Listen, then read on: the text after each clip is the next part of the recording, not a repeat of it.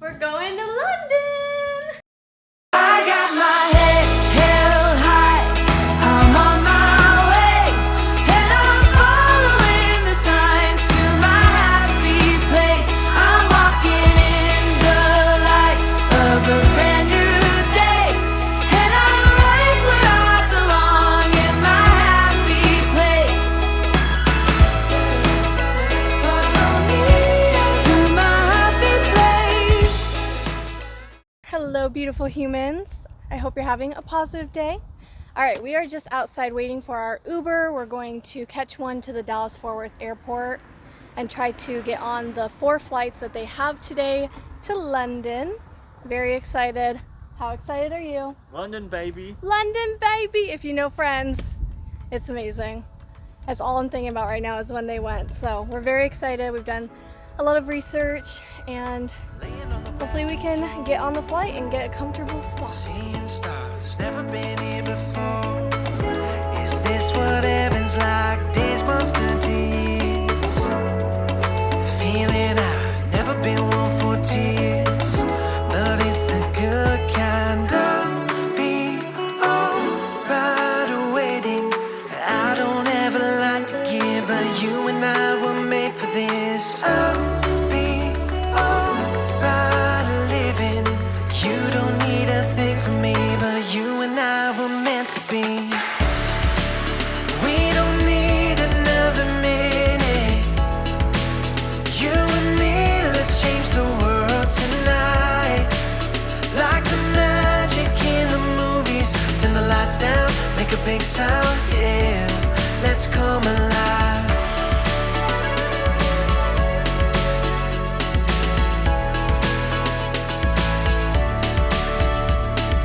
Waking up next to you, living right, feeling your heartbeat too. Ain't nothing like your touch. I'll be alright living. You don't need a thing from me, but you and I were meant to be. We don't need another minute. You and me, let's change the world tonight. Like the magic in the movies. Turn the lights down, make a big sound, yeah. Let's come alive. Come alive, come alive, come alive with me. Come alive, and you will see.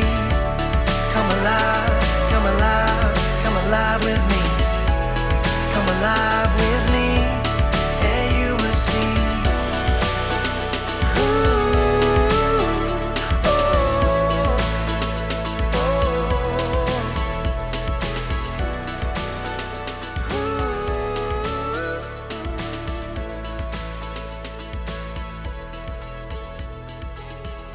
We were trying to get our Oyster card. So if you don't know, an Oyster card is very useful for your transportation. It's kind of like a credit card that you would scan in every time that you're going into a train station, and you scan it out when you are leaving.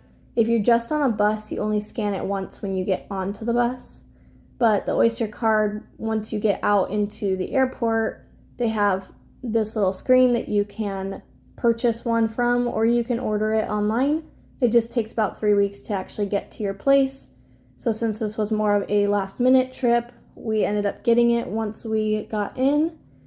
We decided to do the full week, so even though we were only going to be there for 4.5 days or so of using transportation, we did the full week so that way we could use all of it. They do have capping for however much you're going to spend in a day and in a week. That's all dependent on if you're doing train or bus. So each one's different. It's a lot to read up on, but I will leave links below for any helpful tips for your travels. Then you just pay for it right there with your credit card, and they will issue out your cards. So we each got one. To get to our hotel, we ended up taking the Piccadilly line. So that would take us one stop over is Haton Cross, and that is where we would get off for the Haton Cross station, which is right next to our hotel. So we scanned our Oyster card, it all worked, and we headed over to the station so we could get onto the underground train. It was nice to have this one-stop train for getting to our hotel because it kind of gave us a taste of the train life, and the underground is definitely our least favorite line. For everything that we took, it was just very busy. It was dirty and old. It's been around for a long time, so it's pretty old, and you can just tell with everything going on how it looks, and just very crowded. So it was really helpful though, because at the stations they have all sorts of signs, so you know where you're going. Ooh, pretty. The hotel was beautiful, nice entrance. They had a little bit of a shop on the right that you could get a couple of essentials if you needed it.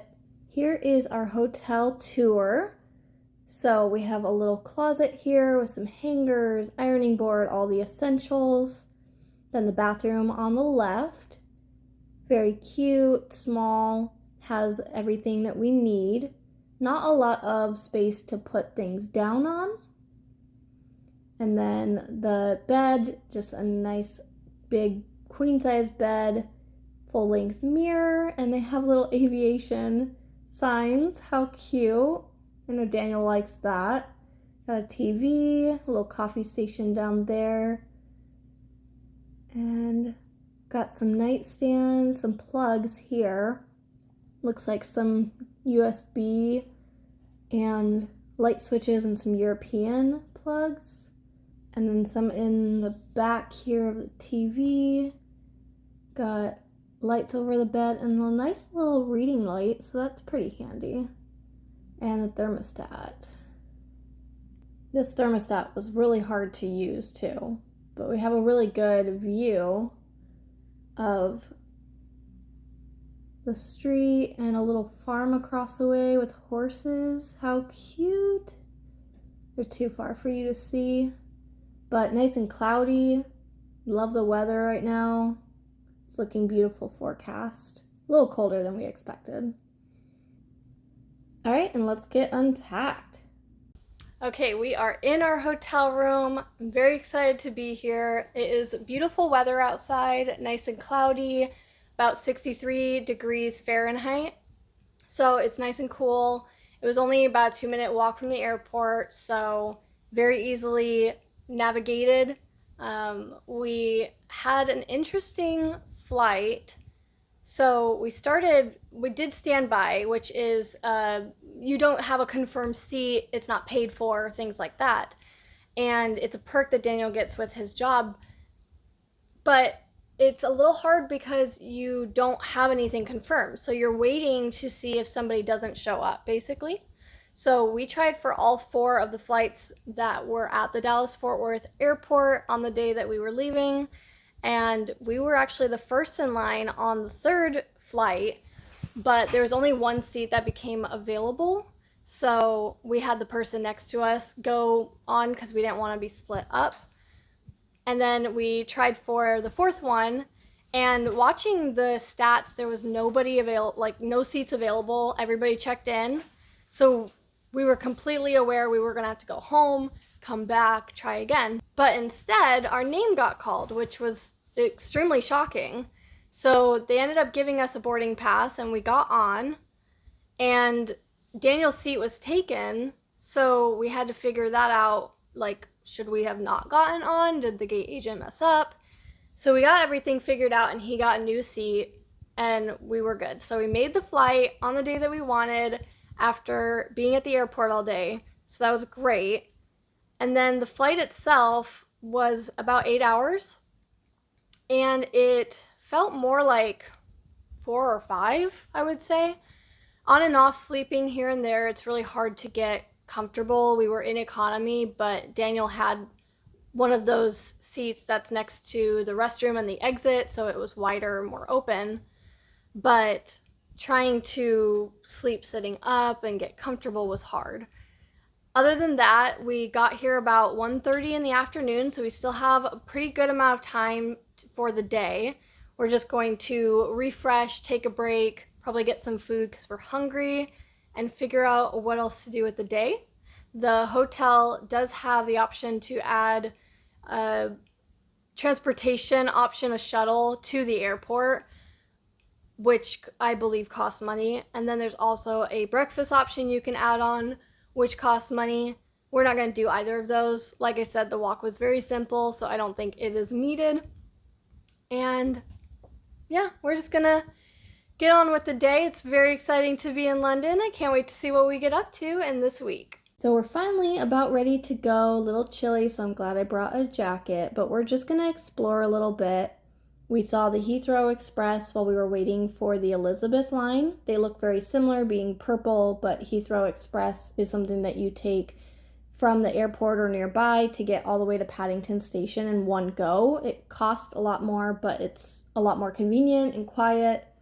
They have little signs up telling you how long the next train will be and what line, how far it goes out. So we took the Canary Wharf over to Abbey Wood.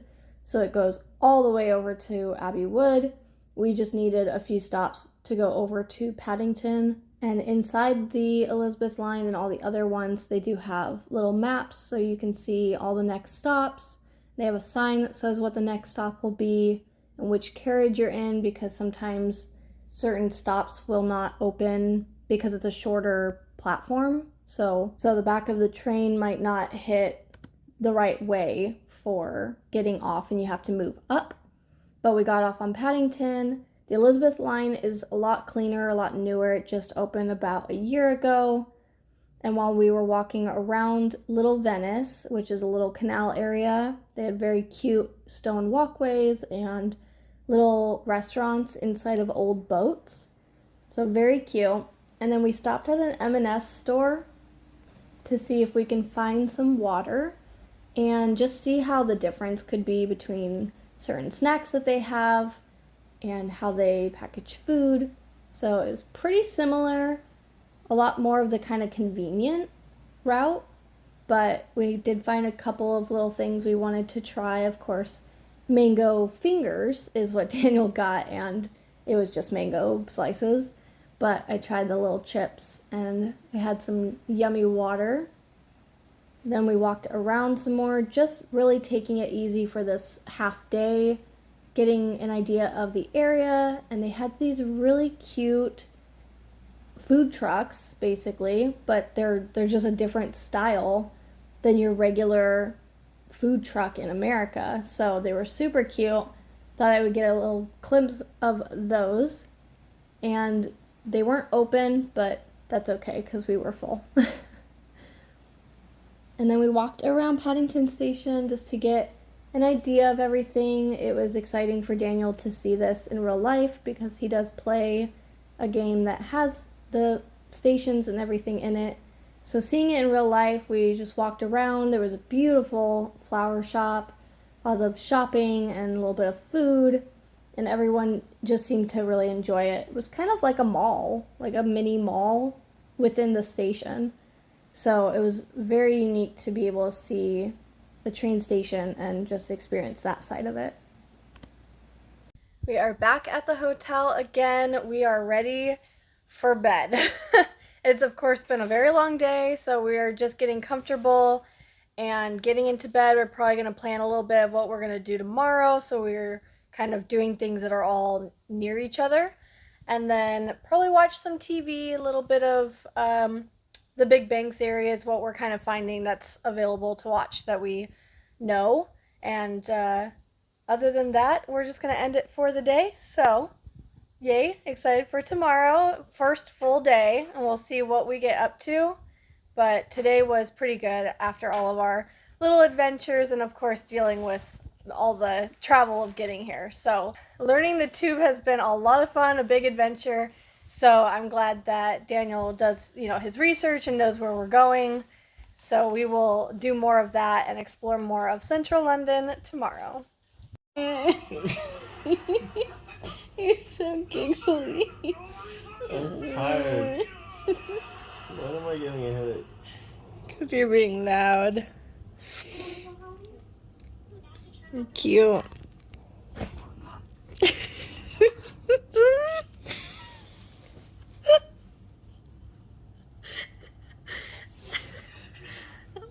Ugh. The day she left for Florida.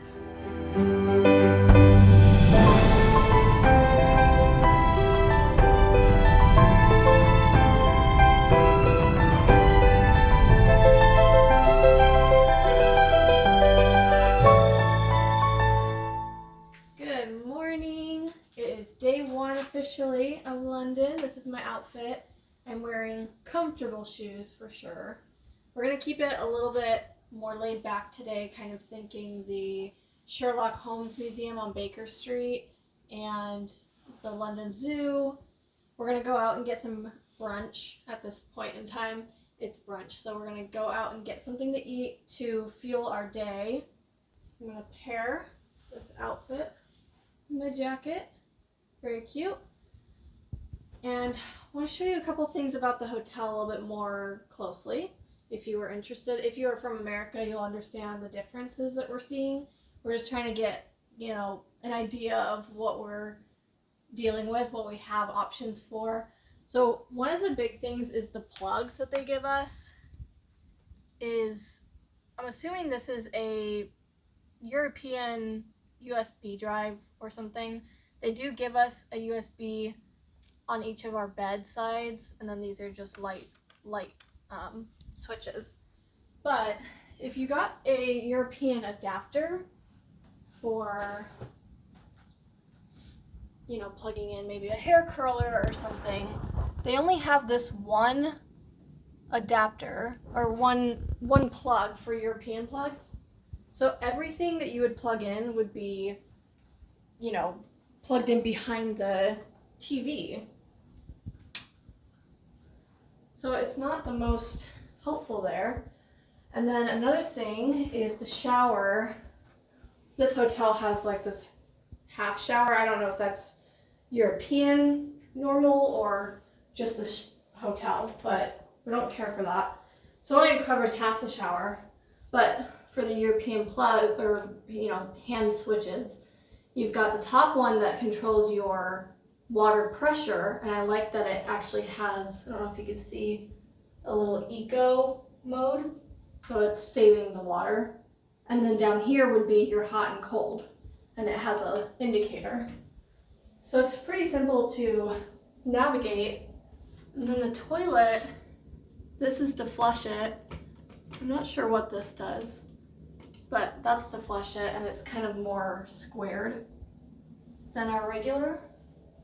They have 2 different toilet paper holders, which is interesting. And then the only plugs they have in here is a shaver only or razor only. So there's really just that one European plug out here that's behind the TV. So it's super strange. And because I didn't get an adapter, because this is a Hilton, which is an American-based hotel, I figured they would have at least something American for plugs, at least one outlet, and they don't. So because I didn't get an adapter, we just have that one if I did have the adapter. So it's just not very useful for the American, at least. And the other thing I do like is they have this little reading light. That's pretty handy. Another thing, which this is the hotel's doing, not being European, and yes, to me that's gross, having open food in the fridge, but we don't have much of a choice because it is a tiny little fridge, which is good for water or something like that, which I do wish they had water in there for their guests. But we went down to the restaurant yesterday that's in the hotel. It's okay, but they have big pizza boxes for leftovers, so it doesn't fit in the fridge, and that bugged me. Another thing, I don't know if this is due to the restaurant or the hotel or if it is European, but the trash can has 2 different sides, so you would think maybe one's recycling, one's not, but it doesn't have any indicator to know which one it is, and it's just not a very big trash can if you're just trying to use one side of it. So I have this little sign, but that doesn't tell me anything. It's on this side too. So just not very much space there. Okay, so anyways, we are done with getting ready, and we're just going to find a nice little brunch place to eat, and then we'll probably head over to the Sherlock Holmes Museum and get on with the day. See you soon.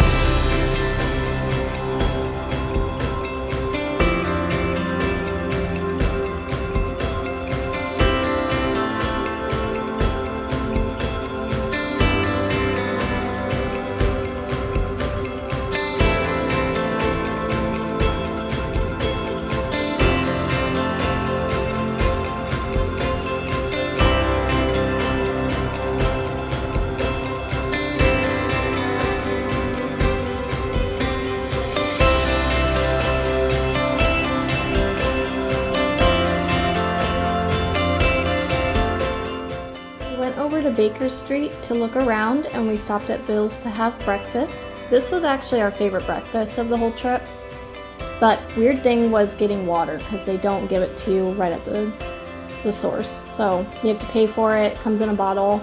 It's not just tap water. But afterwards we went to the Sherlock Holmes Museum, and this was something that Daniel, it was his top thing for us to do because he really enjoys the show. So we ended up doing this museum, and we got the tickets in the gift shop next door, and they did not allow any video recording when you were in there, just still photos, which is common for a lot of these places in London. So hopefully you enjoy seeing the photos that we took while we were there, but it was really fun to just learn about Sherlock, and there's actually a picture of a guy in one of these photos that claimed to, when he was at his death sentence, his last words was saying that he was Jack, which they believe was him confessing to be Jack the Ripper, which is pretty interesting, but they actually found out that that was just false and it couldn't have been him. So we waited for the bus, and then we were heading over to the London Zoo, and I realized the stop button, which with our research means that you stop it to tell the bus driver that you're getting off soon on that next stop. So very interesting, and it was really fun to just do more sightseeing through the bus and not just having to walk everywhere. But we were heading over to spend some time at the zoo. The London Zoo was very fun. Of course, saw lots of animals, and it was interesting to see the difference of what they have versus what in America we have.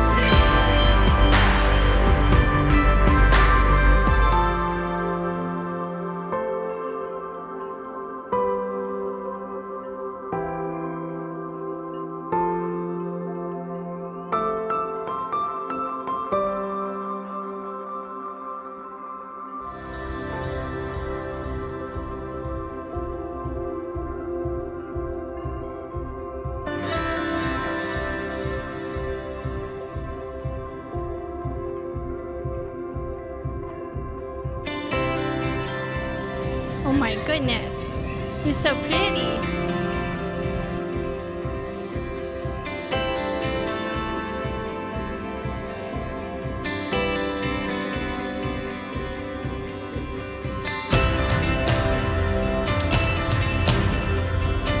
Fair warning, if anybody does not like critters and insects, I will be showing those in just a second for about a minute.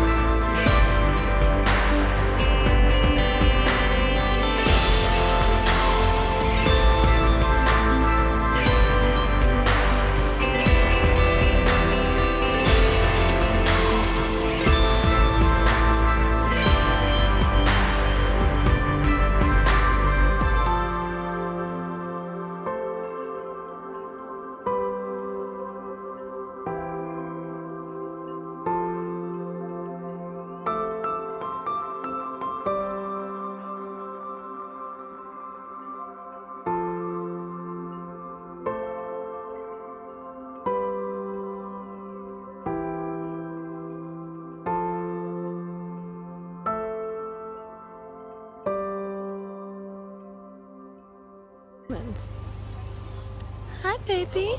Oh, shit. What's up, dude? Hi, baby. You got me a salad joint. Nice butt. It was so cute to have these lemurs just in the same area as you, and the butterflies and the little monkeys. It was so cute to have them in your space where they could just run around and be right next to you if they wanted to. So adorable.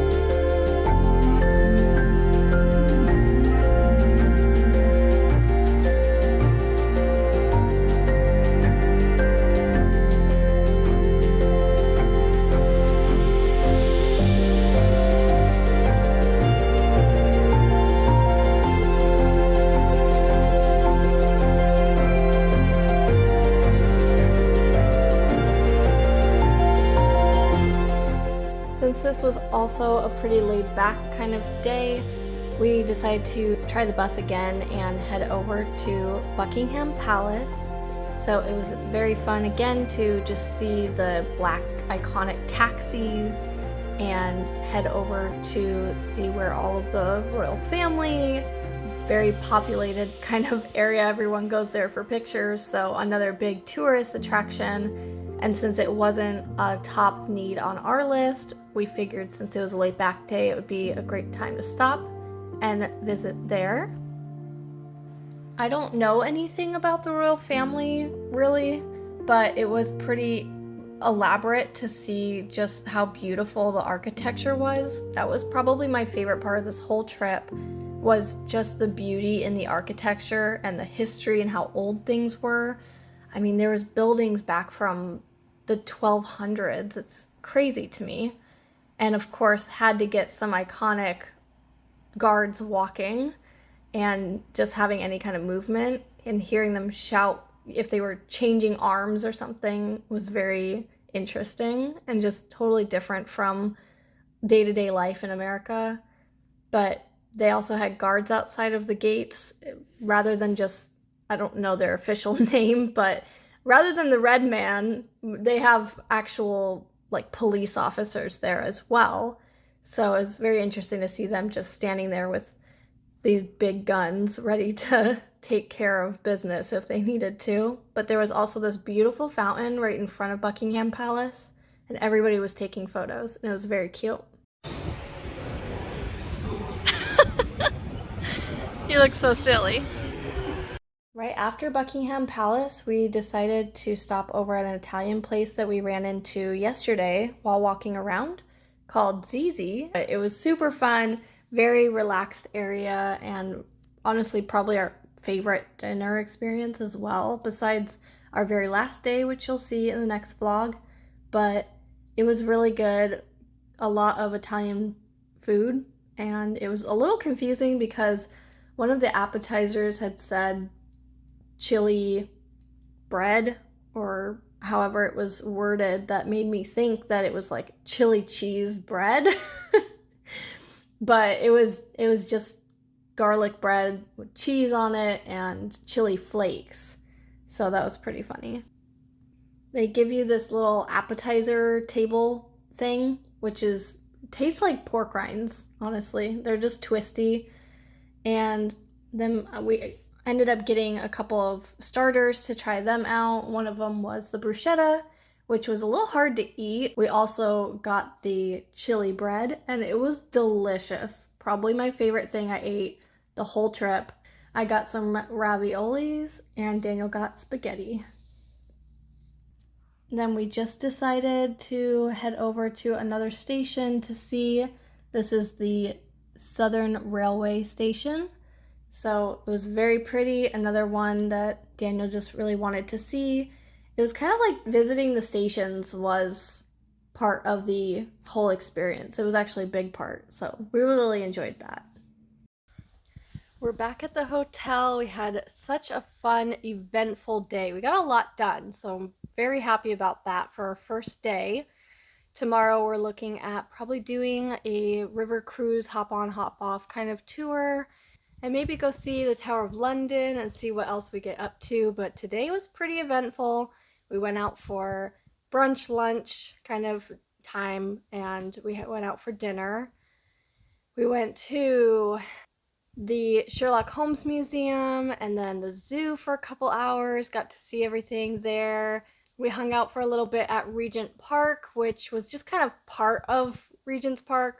There's another part that we want to go see that has more flowers and fountains and stuff, but this one was just like a big grass field that everyone was outside enjoying the weather. It was another beautiful 65, maybe 70 degree weather, but cloudy and windy again, so has some cold times.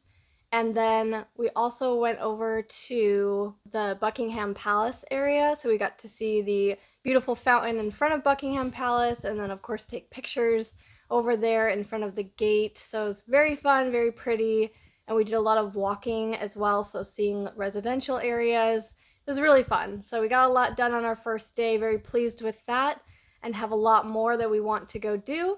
Now that we are back at the hotel, we're just going to rest. It's been a long one, so my back is hurting. We're going to watch some TV, get ready for bed, take my makeup off, and get into PJs, and just wind down for the night.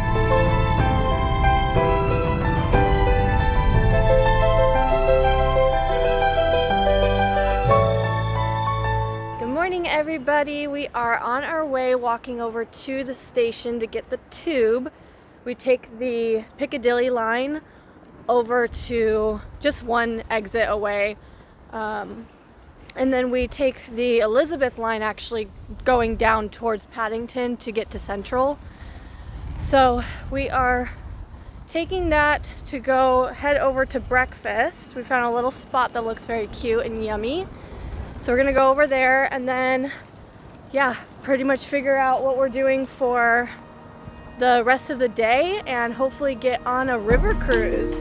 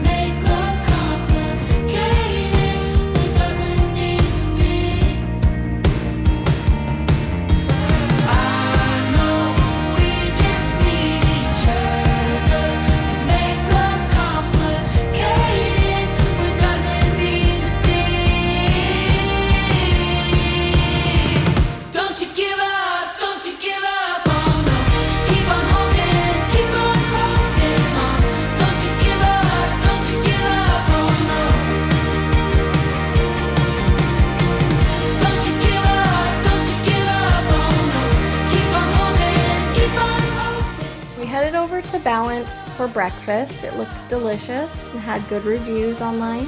So it was right next to kind of the London Eye and Parliament Big Ben area. So we stopped in, and this one was a little frustrating because we sat there.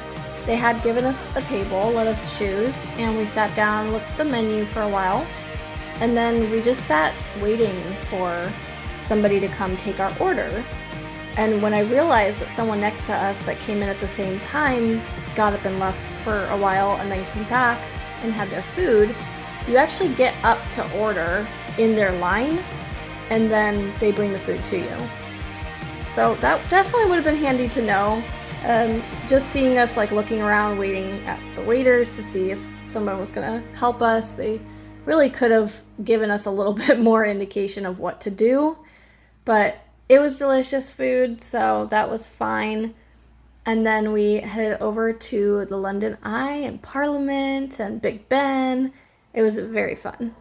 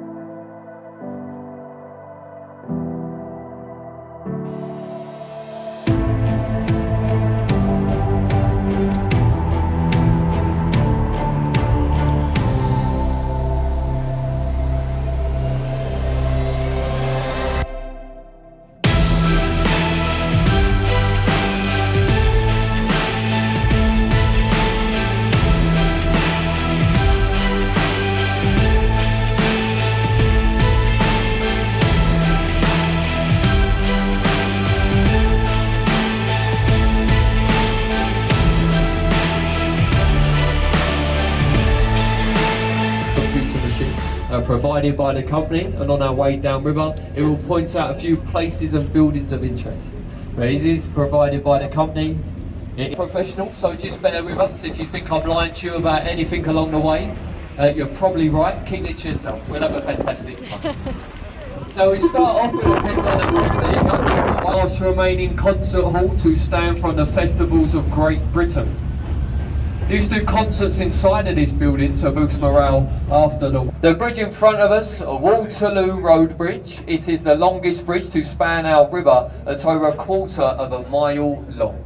Also known here in London as the Ladies' Bridge, because it was built in the Second World War by over 95% female labour workforce.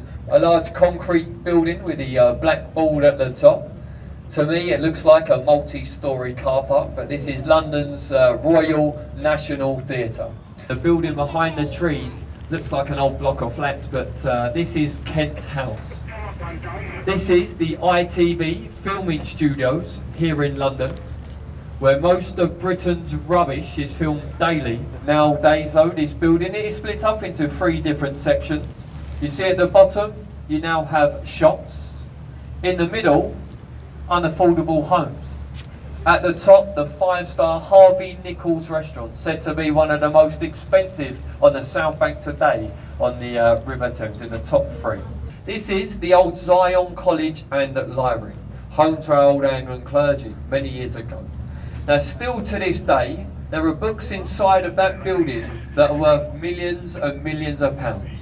It's where the Queen kept her personal diary. It's even where the first Bible was translated over from Hebrew to English. Famous Winston Churchill actually took up his early years of education, now home to JP Morgan, the American bank.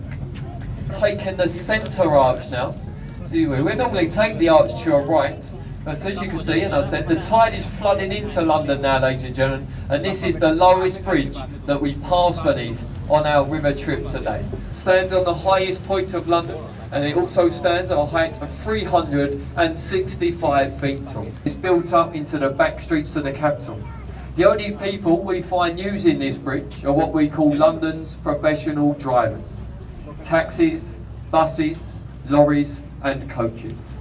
Now, they originally built this bridge to help out with the traffic and congestion on the old London Bridge further downriver, John Harvard Chapel. Named after John Harvard, of course, the founder of the Harvard University. He was baptised inside Southwark Cathedral by his father, who was an old local butcher here in the East End of London, in the world and oldest famous market, the 5th London Bridge to span across our tidal Thames in over 2,000 years. The original built by the Romans, you see, the very first crossing made from wood. You say, when they named the ancient city of Londinium. Of course, we all call it London today. It's now the smallest capital city anywhere in the world, as it reads 1 square mile from London Bridge to the Tower of London. You'll have your treatments, you receive your bill. That's when you then suffer the heart attack because it's that bloody expensive. Over 1,017 feet tall. Now, it was designed by an Italian architect, Renzo Piano. He was offered £2 million for designing the shaft. However, he turned it down. Instead, he asked for one of those penthouse apartments on the 75th floor. This is a Union Jack flag. The only Union Jack you'll see flying in this part of London. Any other flag that looks similar is called a Union flag. What makes it a Union Jack is flying from the front of our Royal Naval ship. A wooden jack-staff point. Over to your left, the Tower of London. The original part of the tower is the castle in the middle. Now, it has the nickname of the Bloody Castle. I think they only give it the nickname of the Bloody Castle because they put trees in a bloody way so you can't see it properly. But there you go. They say that's where the torture and execution took place, ladies and gentlemen. But that's not true either. Happened on Tower Hill, just behind. We enjoyed the river cruise a lot. It was cool to see everything from the River Thames and just see all the history and get pointed out to by somebody that grew up there and knew the history. It was really fun to have an actual person giving all of that information and being our tour guide. Once we were done with the river cruise, we decided to go over to the Tower of London, which was very busy, and they had a tour that was going to start just in a few minutes, so we got there just in time for the last tour. And it was really, really insightful to have a tour guide talk to us about everything, but also see how beautiful and old that tower is. I mean, all the pieces are from different ages, but they're all around the 1200s, so it's super old and just withstood everything for so long. It had so many royal families back in the day in there, and the moat is now, of course, dried up and it's covered in beautiful flowers. It was so nice to just walk around and see everything and wait for our tour to start. And then once we were actually in the tour, we got all sorts of information I will share with you in just a moment, but very insightful. We also got to see the old Queen's jewels and old family's jewels, but we weren't allowed to film any of that or take pictures. But it was very fun. I definitely recommend doing this. At the most famous, or should I say, infamous gate in the world. Traitors' Gate! Built on orders of King Edward I, rather than use the narrow, packed streets of London, where convoys could be attacked, stores stolen, and prisoners set free, he decided to use the River Thames. As a highway at high tide, boats could enter these gates and unload their cargo safely. was originally known as the Watergate, and it was strengthened in the 1270s by adding the St Thomas's Tower. This tower is named in honour of a former constable of the tower, Sir Thomas à Becket. He was the Archbishop of Canterbury, and he was murdered on the steps of Canterbury Cathedral in 1170 on orders of Edward's grandfather, King Henry II. It is a marvel of medieval architecture. The archway spans some 61 feet of joggled stonework, and those keen eye amongst you will notice there is no keystone. Renamed Traitors' Gate during the Tudor period due to the number of large alleged traitors that were brought through these gates. Queen Anne Boleyn, Queen Catherine Howard, Lady Jane Grey, the uncrowned queen of only 9 days. Princess Elizabeth was also brought up these steps, as were high dignitaries of the church. Bishops Cranmer, Latimer and Ridley were all brought through these gates during the reign of Queen Mary Tudor. These and many more poor unfortunate souls would have then been taken to Oxford, where they've been burned at the stake for heresy. Those and many more would have travelled along the River Thames through these gates, where they'd been met by the yeoman jailer and his escort of yeoman warders. They would then be escorted through the Bloody Tower archway to await their fate.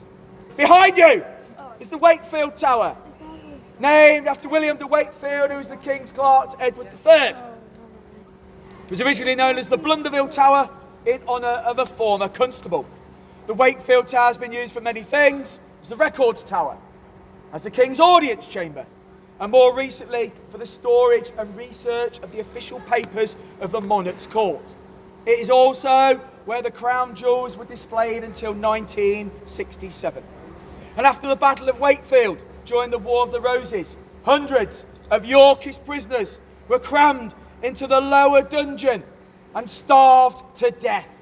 Upstairs in the Wakefield Tower, by tradition, King Henry VI is reported to have been murdered on the 21st of May 1471.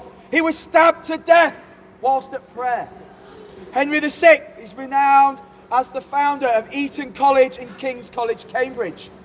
And each year, on the anniversary of his death, white lilies for Eton and white roses for Cambridge are tied in the ribbons of the college colours and placed on the spot where he is reputed to have died. Behind you is the infamous Bloody Tower! Yeah! Originally known as the Garden Tower, as it overlooked the Lieutenant's Garden. And it was renamed the Tower of Blood, or Bloody Tower, during the reign of Queen Elizabeth I, to commemorate the many tragedies that occurred within. And surely the most tragic must be the alleged murder of the 2 boy princes in 1483. King Edward V and his younger brother Richard, Duke of York, aged 12 and 9 respectively, were smothered to death upstairs in the Bloody Tower whilst under protection of their uncle, Richard, Duke of Gloucester. Their tiny bodies placed under a pile of stones at the base of the Wakefield Tower, where they would remain for a week before being moved and buried in the south side of the White Tower, where they would remain for the next 191 years, until workmen during the reign of King Charles II discovered a chest. How disappointed they were. On looking inside the chest, experts declared that these were the bones of the missing princes, and so on orders of the king were taken and moved to Westminster Abbey and reinterred in Innocents' Corner, where they remain to this day. Sir Walter Raleigh, the famous navigator, spent 13 years of his life confined to the Bloody Tower, and during this time he compiled his book, The History of the World, and a first edition is still stored within the tower walls. To your front stands William's Norman Keep, known as the White Tower. It's the tallest tower in the complex, and on orders of William the Conqueror, work began in 1078. It took 20 years to complete under the direction of Gundulf of Beck, who was the Bishop of Rochester, not Gandalf, the wizard. The tower stands just over 90 feet tall, and the walls taper in thickness 15 feet at the base to 11 feet at the top. On each corner stands a turret, 3 are square and 1 is round. It was in that round one that the first Royal Observatory was established. On top of each turret you'll see a crown in gold leaf, beneath which is a weather vane showing the royal standard. This denotes it's still a royal palace, but no longer a royal residence. But not to lose sight of the fact that all our kings and queens lived here for over 500 years. The royal family lived mainly on the top floor. Floor below was a banqueting hall, the king's audience chamber, accommodation for knights and their ladies, and the chapel of St. John the Evangelist. The floor below with windows was occupied by servants and retainers. And then the floor below ground level is where stores and provisions were kept. Here, parts of this floor had a far more sinister use.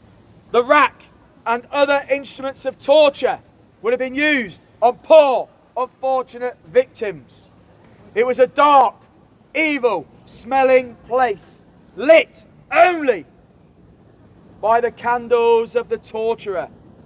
No sounds of cries of anguish could be heard from outside of those thick walls. Today, it is brightly lit, and very little trace remains of its former use. However, you can still hear the sounds of the cries of torture as the parents enter the gift shop. This is the tower where kings and queens lived. These large black birds are a popular sight with visitors. Ravens are members of the crow family, and they were probably here before the tower was built, nesting in the trees and later in the turrets. And over the years, superstition or legend dating from the time of King Charles II decrees that if the ravens were to ever leave the Tower of London, the White Tower would crumble to dust and the monarchy shall fall. We're now standing on Tower Green, which is the village green for the Tower of London. Okay, unlike most village greens where you'll see a cricket pitch or a mill pond, we have something quite unique on ours. We have our very own execution site! That small paved area there is not to be confused with the public scaffold site on Tower Hill. Only 6 people were executed there, and 3 of them Queens of England. To your left, you see the entrance to the square building, which is known as the Bloody Tower. Moving right, you'll see the L-shaped building. That's the King's House, that I told you about earlier when I mentioned Guy Fawkes. It stands on the site of an older building that served as the lieutenant's lodgings. Okay, and it was during the time of King Henry VIII when Sir Edmund Walsingham made a complaint, and then an advance of money was required for rebuilding. And the result is that perfectly preserved Tudor residence, which is now still the private residence of the Constable of the Tower and his family. So being a home of such important officials meant very important prisoners were held in that house. And I've already told you about the Marquis of Tullibardine and the Lord Lovat, held there after the failure of the Second Jacobite Rebellion. And it's believed during a much earlier period that Queen Catherine Howard, the 5th wife of King Henry VIII, was also held in that house. William Penn, he was another famous prisoner to be held on the top floor of the King's House for offensive writings. And even as a prisoner, he compiled his controversial pamphlet, No Cross, No Crown. And he was later released on condition that he left the country. And then he crossed the Atlantic and founded his famous Quaker colony, Pennsylvania, named in honour of his father. One of the last prisoners to be held in the King's House was Rudolf Hess, the deputy leader of Nazi Germany. He was held on the first floor of the King's House for 3 days in May 1941, before he was moved to the country for his own protection and the remainder of the war. The houses either side of the King's House with the green doors date from a slightly later period and are now used as accommodation for some of my Yeoman Warder colleagues and their families. To your front is the Beauchamp Tower. On the top floor is accommodation for one of my colleagues. Beneath that is the State Prison Room, showing early graffiti from some of our more famous prisoners. Moving right, these two houses. On the left is the Tower Medical Officer. On his right is the Tower Chaplain, and if neither of them could sort you out, on the right is the Chapel Royal of St Peter ad Vincula.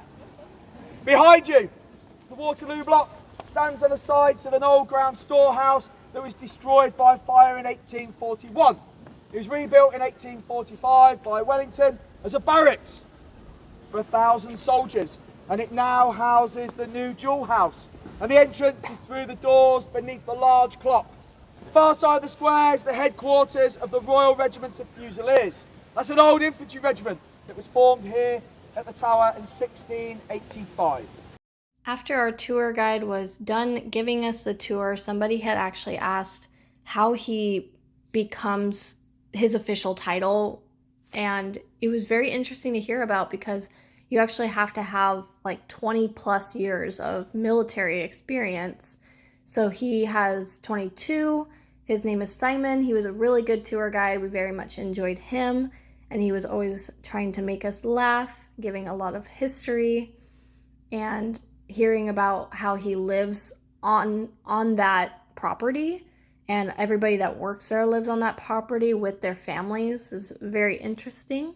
They also have ravens, 6 trained ravens that live on the property with their raven master, and they stay there and they won't ever leave. It's just a whole history part of it, so definitely recommend doing this for your trip. They had a small little kind of museum of the armories and torture places and things that they would use all throughout the whole area. So each tower kind of had a reason to be there besides housing the people. And then we actually got to walk inside and see a very old home from that Victorian era. And this was the 1200s again, where King Henry was staying, and just how the place would have looked, and the floor was very creaky, but just seeing the brick inside the wall and the old style and how they would have set up the king's bedroom is very insightful, and you just really felt immersed in that history. Oh my gosh. We decided to stop at Copa for dinner. We sat outside. It was just beautiful to have the weather, and you can get your own little pod. Super cute. It was very windy, so the pod would be really nice to escape the wind. But we both got the steak, which the fries, I got the truffle Parmesan fries. They were so good. But the steak was kind of like ground beef steak. It was weird. I am clearly back and ready for bed. I'm in my PJs, I have my makeup off, and I clearly got some sun because I am a little bit red. So tomorrow we're definitely going to watch out for not getting any more sun. I'm going to wear a hat, and that's perfect because it goes in my outfit anyways, and that's why I brought it. So it will work out great, but we did a lot today, and honestly there was only probably 5 minutes total of sun, so I'm really not sure where the sunburn came from. It just comes through the clouds, I guess. But we did spend a lot of time outside, a lot of time on the water, so maybe it reflected off of it. And of course with dinner too, we were sitting outside, so it was a really great day, great weather, of course. We did so much. We saw Westminster Abbey and the St. Paul's Cathedral. We didn't go inside or do any of that stuff yet. But I am going to end the vlog here, and you will have a part 2 on the 15th. So make sure you keep watching and check that one out. Very excited. We have 2 more days. For some reason, I thought we had 5 full days here, but we have 4 full days. So the first 2 days are this vlog and travel, and then the next 2 days, no travel. Last final thoughts are going to be the next one. So I will see you guys soon. We did the river cruise. We did all sorts of stuff you saw. So it was a lot of fun. And we'll see you in the next one. Stay positive.